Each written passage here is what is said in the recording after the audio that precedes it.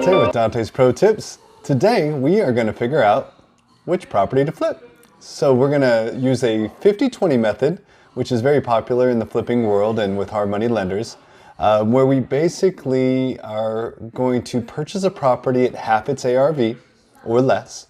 An ARV is your after rehabbed or after repaired value.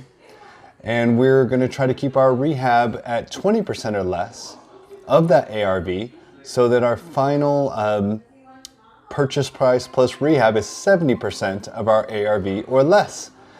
So let's get started. Now, before we get too far into this, let's go ahead and make a few things clear. You're probably going to need the help of a real estate agent or somebody with access to the MLS so that you can get data.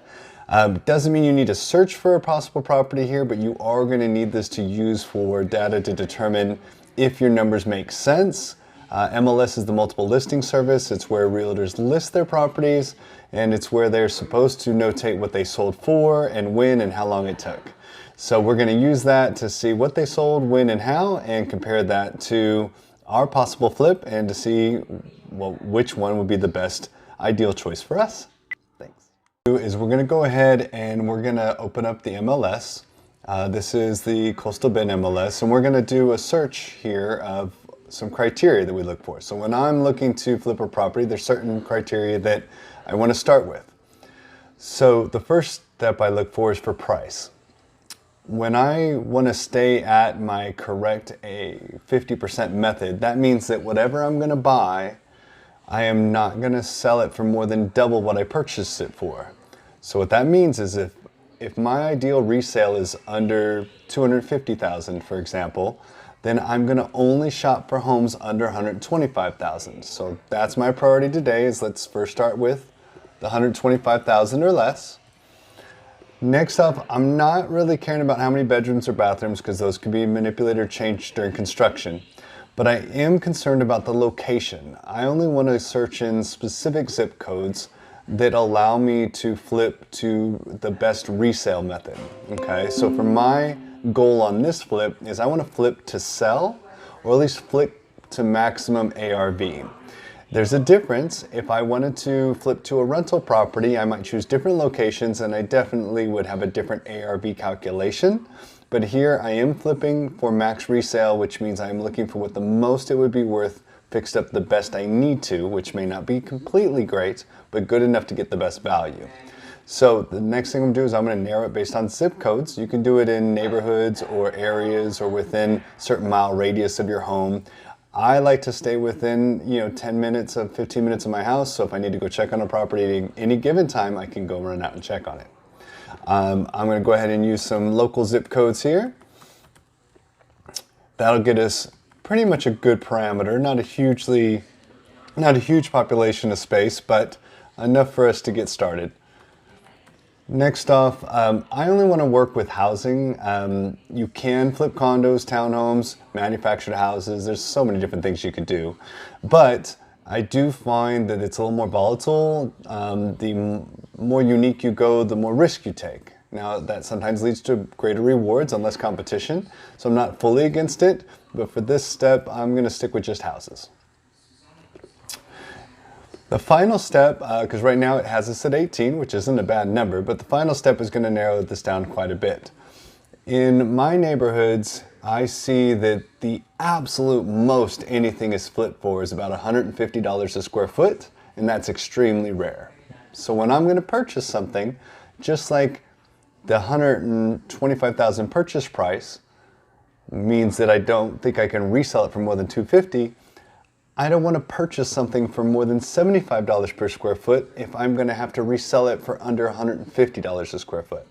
So I'm going to go to the listing price per square foot and do $75 or less. Okay? This leaves me 6 matches, which is ideal. There shouldn't be very many properties on the market in a flippable possibility because of the market being so hot. Next up, I'm going to go ahead and look at these results. Right off the bat, I'm going to arrange them by square footage, and I'm going to eliminate the bottom two because they are way too big. And what I mean by way too big is most of these neighborhoods would not have built their homes in that large of a size traditionally, so these would have add-ons. And not that add-ons are all that bad, but that does tend to mean that they're built oversized for the neighborhood. Also, the rehab costs are a lot higher when it's a larger property. And as you'll notice, at least on one of them, it's at the top of the price range as well, so that's a double reason to say no. Also, the other property had fire damage and it's probably a complete tear down, so I'm going to scratch the bottom two properties. Now, when looking at these other properties, there's several good choices, so I'm going to go ahead and pick ones that I don't think I'm going to do, which is, let's start with this $100,000 one off York. When I go to this one, the issues I'm going to look at are, its condition, which you can't tell here because there's only one picture. But it does obviously need a roof based on this picture. But without visiting the site, I really wouldn't know what to think of this one. Fortunately, I have visited the site, and the biggest issue on this one is it has like a detached garage converted that they counted as one of the bedrooms and bathrooms. And so this size, square footage, is actually not that square footage unless you add that detached place, and that detached place is not the same as it all being together. Also, it's in really bad shape, so it would be just way over my budget on rehab, so I would scratch this one. Next up, I would go to Gabriel. Now, Gabriel isn't bad, since it's really priced low per square foot at the $51 per square foot, so I like that. It does have window units, so obviously probably needs central air put in, which I'm not against. The bigger issue I have here is when looking at the pictures, obviously it's not the end of the world to have cracked driveway and old siding, but I do notice that at least in one of the pictures, it has an extensive amount of remodeling probably need to be done. The rest of it doesn't look too bad. When I go back to this picture here, it looks like there's some slanting on the door, probably some foundation issues, so I'm a little concerned there. Also long hallways that are kind of unique, so probably have to open up and gut a lot. Again, I'm not against it, but it doesn't look like there's anything salvageable here. I probably have to replace almost all the doors, cabinets, flooring. Maybe able to keep the windows. They look like they have some potential, but like here, somebody's replaced it probably with something there, like fiberglass or whatever. So again, I'm not a definite no, but right now it's at the bottom of my list. So let's see if I like any of these better. So the next one is Fannin. So the issue with Fannin is its location. Really, it's right close to Del Mar College, which you would think being near college would be good. It usually isn't. Most universities are built in lower income neighborhoods and more difficult spots. And since this area hasn't been really a rush to live at, I don't think I can get the best resale out of it. It doesn't have any pictures, so I couldn't really tell you anything about the condition. I have not walked it, but I just chose not to. It's at a high end for where its location is. Next up, I would say Horn. So when I look at Horn, the most important thing about Horn that I can see is looking at the pictures. It looks in decent shape. Obviously, we need to get rid of the window units, put central air, probably put new windows in, needs a new roof, may have to remove this porch slash apparatus, or at least clean it up to where it's prettier. It looks to be stable though. The inside obviously needs cosmetics, but I can keep these cabinets, maybe replace the appliances. I can sell gas and put some granite in here. The kitchen seems like it's been expanded and oversized, so I might try to take advantage of that if it's possible. Maybe just open up the wall a little bit more. Again, the flooring looks a little rough, so I'm going to have to put in some flooring. The bathroom is out of date. I don't know if I need to completely gut this until I look at my sales comps. I might be able to just paint the tile and put a new vanity in, or at least a new vanity top. We'll see once I get to look at what my sales comps are. This bedroom doesn't look all that bad, actually. The floor looks to be original. The wall's kind of unique, but overall, I'm okay with it. I said this other bedroom, some cosmetic issues, but other than that, nothing fancy. Again, cosmetic. This bathroom looks like it has some wood rot on the floor, pretty typical bathrooms. I'd probably redo the subfloor and put some tile in there. And unsure about how the tile work is here, but maybe gut and make this nice, depending on my comparables again. Some of my sales comps are gonna have just painted tile, and others will have more of a look. Now this has a washer dryer inside, which is cool. Now that's not always the case. It might be an enclosed area, but I think I can use this. And then it has some weird structure in the back. Probably have to tear it down, but I think there might be some bones there that I can keep, and that could be some extra money. So I definitely like what I'm seeing here. So this would be the one I would normally make a move on, but I have to see if the numbers make sense. So what I need to do is I need to take this MLS ID, and I'm going to go ahead and search for sales comps in the neighborhood. Now when doing an ARV, it depends on what your goal is. If your goal is to figure out what the bank is going to think it's worth, you're going to need to do your search parameters within a half-mile radius. If your goal is what the bank is going to think it's worth for resale, i.e. the new buyer, what they can get approved for, you usually use a 1 mile radius. Right now, I'm looking to get a hard money loan on this, so I'm going to go a half-mile radius to see what the bank's going to tell me my ARV most likely is going to be. So when I do the search, all I need to do is look for sold. I don't need any other items. Yes, it's kind of neat to see what's on the market right now and what could be coming up and what's under contract, but all that is useless information because it may never sell and it may not even be comparable in the end. So I'm going to stick with what's actually sold in the last 6 months. I'm going to do the half-mile radius of my MLS ID. So I pasted it in, and this is going to give me 24 matches, which is a decent match amount. I want mine to have at least the 3-bedroom, 2-bath that mine had. And I'm going to want to stay in a similar square footage. Mine was a little over 1,200 square feet, so I want it to be between 1,000 and 1,500, just because that's going to be more realistic. That brought me down to 7.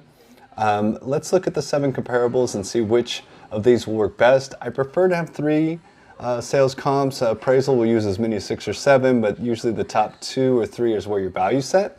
So what we're going to do is we're going to find the top 3 comparables to figure out our value.